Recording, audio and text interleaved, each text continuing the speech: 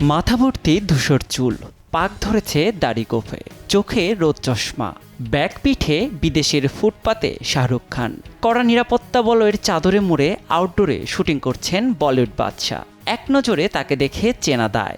ষাটোর্ধ্ব বাদশার মারকাটারি অবতার দেখে উন্মাদনার পারদ তুঙ্গে। সম্প্রতি কিংয়ের সেট থেকে ফাঁস হয়েছে ভাইরাল এই ছবি। আর সেটা দেখেই জওয়ানের পর আবারও কিংয়ের শাহরুখের প্রবীণ লুক দেখতে মুখী রয়েছেন অনুরাগীরা।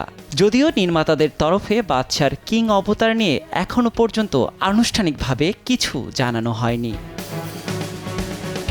এই সিনেমার অ্যাকশন দৃশ্যের শুটিং করতে গিয়ে গত মাসে গুরুতর চোট পান বাদশা। হাতে ব্যান্ডেজ নিয়ে সম্প্রতি ছেলে আরিয়ান খানের ডেবিউ সিরিজের প্রচারে অংশ নিয়েছিলেন তিনি। আপাতত শাহরুখকে 1 মাসের বিশ্রামে থাকার পরামর্শ দিয়েছেন চিকিৎসক।